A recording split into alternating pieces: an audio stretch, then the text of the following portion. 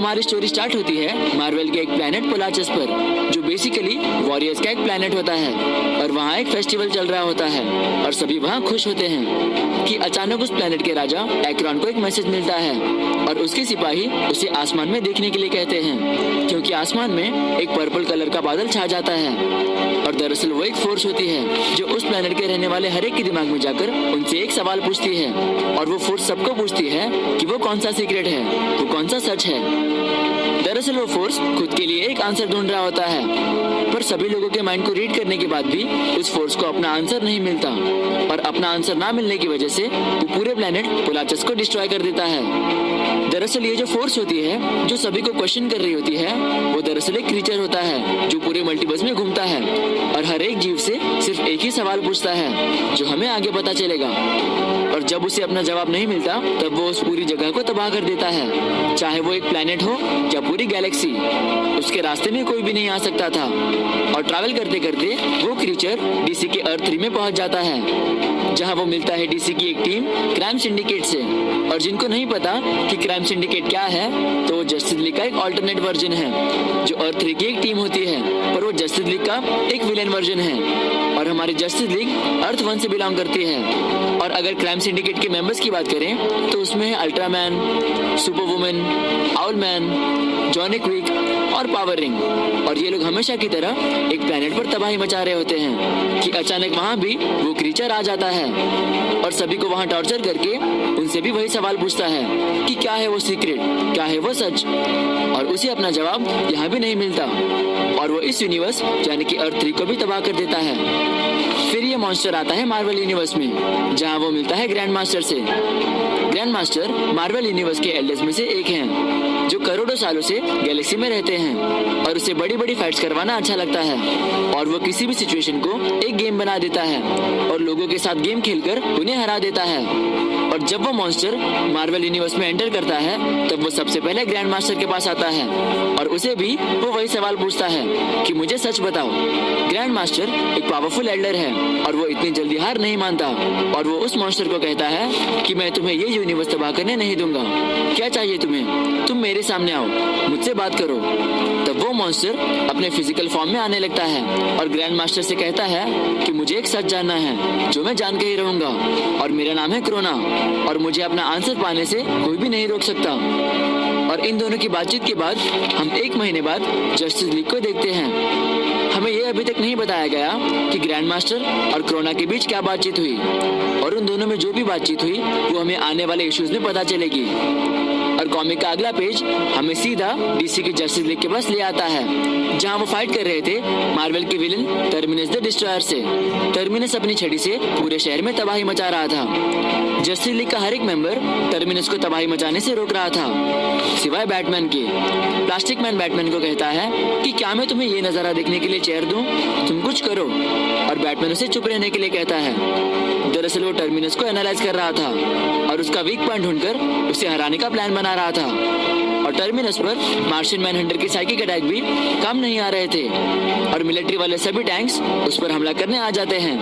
पर टर्मिनस गुस्से में अपनी छड़ी से अटैक करता है, पर सुपरमैन अपनी सुपर स्पीड से टर्मिनस के पूरे अटैक को अपने ऊपर ले लेता है और सभी लोग चौंक जाते हैं। पर ये देखकर बैटमैन समझ जाता है और वो एक प्लान बनाता है और बैटमैन सभी को ऑर्डर देता है।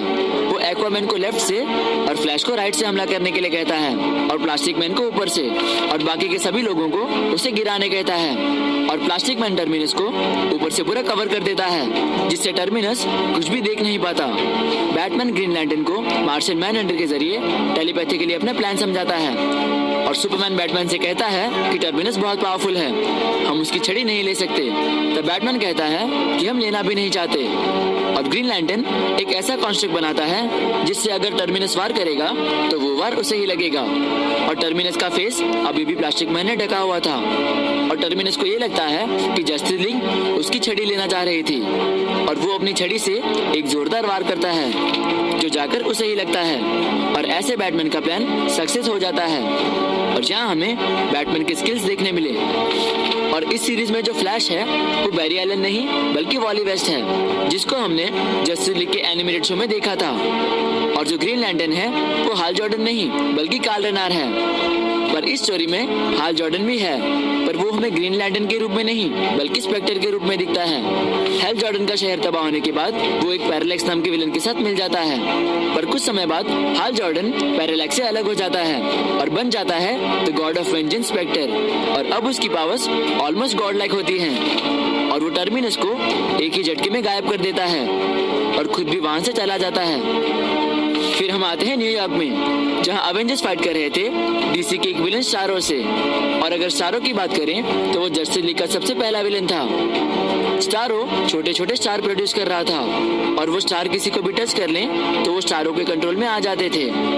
Drax, She Hulk, Hank Pym और क्विकसिल्वर, ये सारे लोग स्टारो के कंट्रोल में आ जाते हैं और iron man, Thor, miss Marvel और विजन स्टारो के कोर पर हमला करते हैं, पर उससे कोई भी फर्क नहीं पड़ता और देखते ही देखते स्टारो थॉर को भी कंट्रोल कर लेता है, जिससे अवेंजर्स का जीतना और भी मुश्किल हो जाता है।